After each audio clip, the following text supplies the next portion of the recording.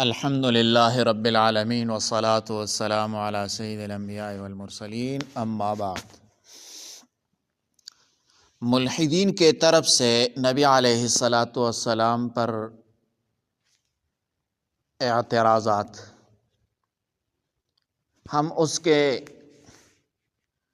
مضبوط جوابات دیں گے، لیکن اس سے پہلے اگر آپ لوگ ہمارے چینل پر نئے ہو تو لہٰذا ہمارا چینل سبسکرائب کرے اور یہ لائیو آپشن کھل جائے۔ ہمارے چینل میں جو لائیو آپشن ہے ابھی تک وہ بند ہے، لہٰذا آپ چینل سبسکرائب کریں تاکہ یہ آپشن کھل جائے اور آپ لوگوں کو اس کا ثواب بھی مل جائے گا۔ جزاکم اللہ۔ ملحدین کی طرف سے رسول اللہ صلی اللہ علیہ وسلم پر جو مشہور اعتراضات ہیں ہم اس کے جوابات دیں گے۔ اعتراض نمبر 1، نعوذ باللہ، نبی علیہ السلام نے جنگیں کیوں کی؟ نبی علیہ السلام نے جنگیں کیوں کی؟ ملحدین کہتے کہ اگر نبی علیہ السلام رحمت تھے تو جنگیں کیوں ہوئی؟ یہ اعتراض ہے۔ جواب یہ ہے نبی علیہ السلام نے کبھی بھی پہل کر کے جنگ نہیں کی، تمام جنگیں دفاعی تھی۔ بدر قافلہ پہ حملہ نہیں تھا، قریش خود لشکر لے کر آئے۔ احد کے میدان میں قریش نے خود مدینہ پر حملہ کیا۔ خندق کے موقع پر پورا عرب مدینہ پر چڑھ آیا، مسلمان صرف دفاع میں تھے۔ تو قرآن کا واضح حکم ہے وَقَاتِلُوا فِي سَبِيلِ اللَّهِ الَّذِينَ يُقَاتِلُونَكُمْ، سورۃ بقرہ میں 190 نمبر آیت ہے، یعنی صرف ان سے لڑو جو تم سے لڑائی کرتے ہیں۔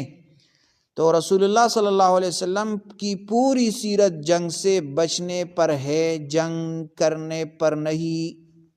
یہ پہلا اعتراض اور پہلا جواب۔ دوسرا اعتراض یہ ہے، نعوذ باللہ، آپ صلی اللہ علیہ وسلم نے شادیاں کیوں زیادہ کیے؟ جواب، یہ اعتراض صرف لا علمی کی وجہ سے ہوتا ہے۔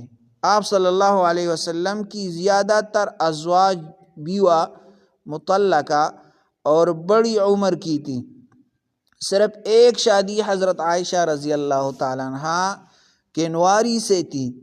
شادیاں 3 حکمتوں سے تھی۔ نمبر 1، قبیلوں کو متحد کرنا، سیاسی حکمت تھی۔ نمبر 2، بیوہ عورتوں کے کفالت کرنا۔ نمبر 3، دین کی تعلیم گھر گھر پہنچانا۔ ازواج امہات المؤمنین معلمات تھی۔ حضرت عائشہ فرماتی ہے رضی اللہ عنہ، نبی علیہ السلام کا اخلاق قرآن تھا۔ جس شخصیت کا کردار قرآن ہو اس پر خواہش نفس کا الزام لگانا بدنیتی ہے۔ تیسرا اعتراض یہ ہے، نعوذ باللہ، نبی علیہ السلام نے احادیث میں کچھ احکام بدل دیے۔ ملحدین کا اعتراض ہے، تو ہم جواب دیں گے، شریعت کے احکام اللہ کے حکم سے تدریجاً نازل ہوتے تھے۔ یہ بدلاؤ نہیں بلکہ مرحلہ وار تکمیل تھی۔ مثال، شراب پہلے ناپسند، پھر نماز کے وقت منع، پھر مکمل حرام۔ قرآن کہتا ہے وَمَا يَنطِقُ عَنِ الْهَوَىٰ إِنْ هُوَ إِلَّا وَحْيٌ يُوحَىٰ، سورۃ نجم میں 3 اور 4 نمبر آیت میں یہ مذکور ہے کہ آپ صلی اللہ علیہ وسلم اپنی طرف سے نہیں بولتے، وہ صرف وحی ہے۔ تو اعتراض کا اصل جواب یہی ہے کہ جو کچھ نبی علیہ السلام فرما دے وہ اللہ کا حکم ہے۔ اعتراض نمبر 4، ملحدین کہتے ہیں نبی علیہ السلام نے نعوذ باللہ غلام رکھے تھے۔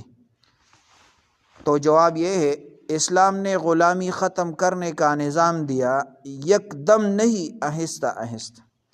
غلام آزاد کرنا نیکی کا سب سے بڑا عمل قرار دیا گیا۔ نبی علیہ السلام نے اپنے سارے غلام آزاد کر دیے۔ پھر کئی غلام بڑے بڑے عالم و مجاہد بنے، جیسے زید بن حارثہ سلمان پارسی۔ اسلام غلامی ختم کرنے کا واحد پریکٹیکل نظام تھا۔ 5 نمبر اعتراض، ملحدین کہتے ہیں نبی علیہ السلام پر وحی کیسے آتی تھی؟ کہیں بیماری تو نہیں تھی؟ جواب، یہ اعتراض جہالت پر مبنی ہے۔ صحابہ نے وحی کے وقت کے آثار خود دیکھے ہیں۔ شدید بوجھ، پسینہ، چہرے کا رنگ بدلنا، یہ صریح اللہ کی طاقت کا اثر تھا، کوئی بیماری نہیں، کیونکہ بیماری کمزور کرتی ہے، جبکہ وحی کے وقت کے بعد نبی علیہ السلام اور زیادہ مضبوط ہو جاتے تھے، اور قرآن جیسا کلام کسی مرض کا نتیجہ نہیں ہو سکتا۔ اعتراض نمبر 6، ملحدین کہتے ہیں کہ سیرت میں صحابہ کے ذریعے قتل و سزا ملی، کیا یہ ظلم نہیں ہے؟ جواب سن لے، اسلام میں کسی سزا کا تعلق عدالت گواہوں جرم ثابت ہونے سے ہے۔ نبی علیہ السلام نے کسی پر اپنی مرضی سے سزا نہیں دی، بلکہ یہ اللہ تعالیٰ کا حکم ہوگا، یہ اللہ تعالیٰ کا حکم ہے۔ تو یہ چند اعتراضات ملحدین کی طرف سے ہیں، ہم نے اس کے جوابات دیے، یہ یاد کر لیں۔ جزاکم اللہ۔